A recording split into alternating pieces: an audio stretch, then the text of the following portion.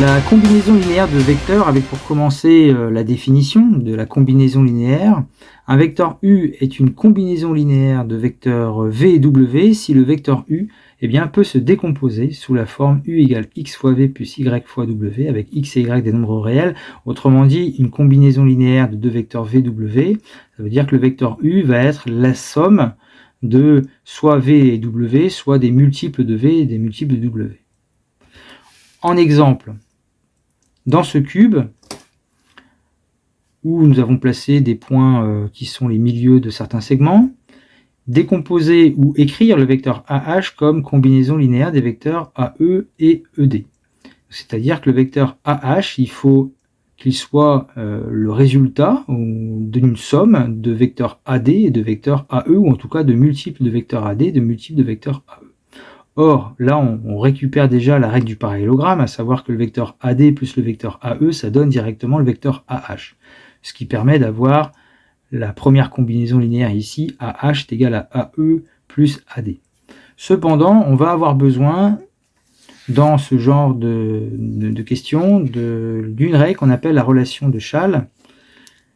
La relation de Schall, qu'on a vue dans la vidéo qui s'affiche, nous permet d'écrire un vecteur AB comme étant égal au vecteur AE plus EB. Mais il nous permet aussi, cette relation nous permet d'écrire le vecteur AB comme étant le vecteur AF plus le vecteur FB. Et si on choisit encore un autre point, le vecteur AB peut aussi se décomposer en étant AG plus GB.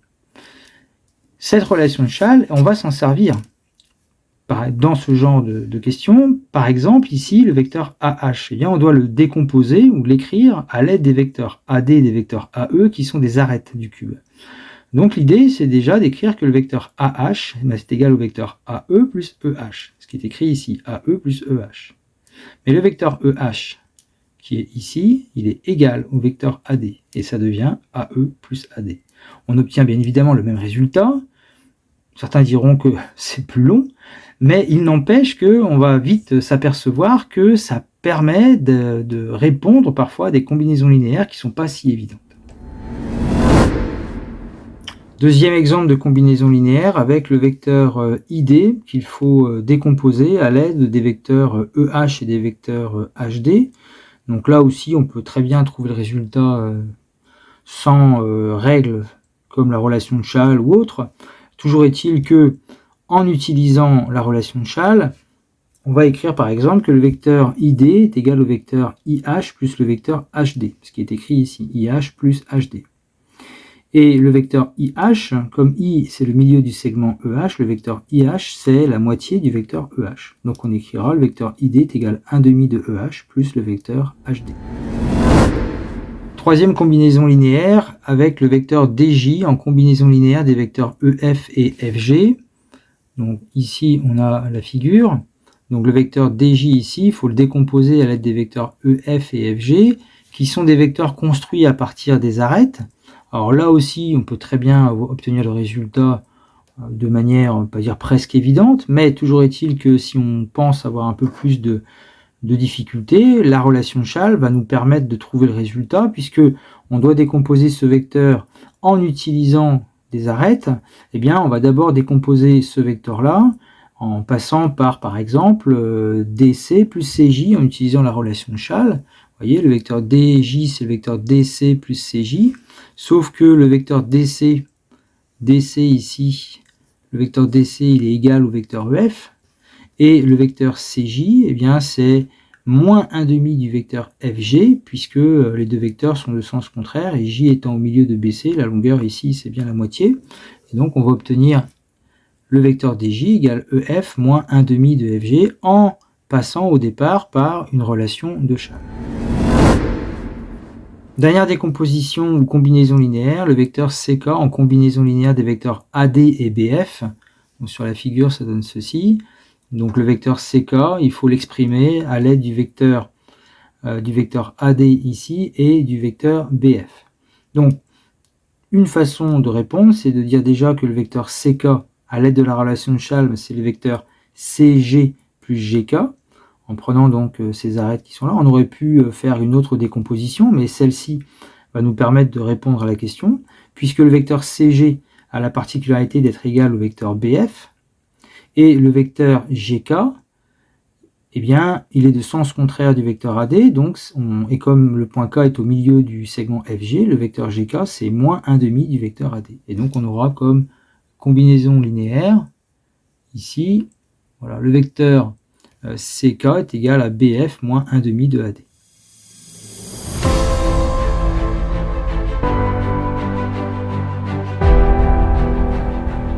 Donc un exercice de recherche de combinaison linéaire de vecteurs, ici dans un tétraèdre, où le point I est le milieu du segment AB, et les segments BC et BD ont été partagés en 4 parties. Donc on demande d'exprimer le vecteur BJ représenté en vert ici comme combinaison linéaire des vecteurs BC et BD. Et par construction ici du point J, en suivant les pointillés qui sont ici des pointillés de construction dans le triangle BCD, eh bien on s'aperçoit que le vecteur BJ, c'est la somme des deux vecteurs rouges ici représentés. Le premier qui est là sur le segment BD, c'est 1/4 de BD. Celui-ci, eh c'est 3/4 du vecteur BC. Donc on aura le vecteur BJ qui est égal à 3/4 du vecteur BC plus 1/4 du vecteur BD. On demande ensuite d'exprimer le vecteur IB en fonction de AB. Comme I est le milieu du segment AB, le vecteur IB, c'est la moitié du vecteur AB. Et, question finale, exprimer le vecteur IJ, donc c'est un vecteur ici qui traverse un peu le tétraèdre, pour ça je l'ai mis en pointillé. Exprimer ce vecteur comme combinaison linéaire, non plus de 2 vecteurs, mais de 3 vecteurs, AB, AC et BD. Alors, pour ça, la figure ne permet pas d'avoir le résultat directement. On va se servir des 2 premières questions, puisqu'on a parlé du vecteur IB, la première question nous parlait du vecteur BJ. Or, il se trouve que IJ, c'est le vecteur IB plus le vecteur BJ, ça c'est la relation de Schall, en faisant intervenir le point B. On utilise les décompositions à la question 1 et 2, donc le vecteur IB c'est 1,5 de AB, le vecteur BJ c'est 3/4 de BC plus 1/4 de BD. Et on nous demande une combinaison linéaire des vecteurs AB, AC, BD. Donc AB, il est présent, BD, il est présent, mais nous n'avons pas le vecteur AC. Par contre, nous avons le vecteur BC. Et le vecteur BC, on va le décomposer à l'aide d'une relation de Schall en faisant intervenir le point A, en disant que BC, c'est BA plus AC. Ensuite, nous allons faire une distribution en fait, du nombre 3/4 sur le vecteur BA et sur le vecteur AC. Ce sont les règles de calcul que je mets d'ailleurs à l'affichage sur l'écran. Ensuite, avec ce développement, on va donc avoir 1,5 de AB. Alors le vecteur BA, c'est moins le vecteur AB, c'est pour ça que 3/4 de BA, j'ai écrit moins 3/4 de AB, plus 3/4 de AC, bien 3/4 de AC ici, et pas 1/4, 3/4 de AC, plus 1/4 de BD. Même chose ici, c'est 3/4 de AC, voilà, plus 1/4 de BD, et 1,5 de AB moins 3/4 de AB, et bien 1,5 moins 3/4, ça fait moins 1/4. Donc 1,5 de AB moins 3/4 de AB, on aura moins 1/4 de AB. Et donc on aura comme combinaison linéaire, ici, le vecteur IJ qui est égal à moins 1/4 de AB plus 3/4 de AC plus 1/4 du vecteur BD.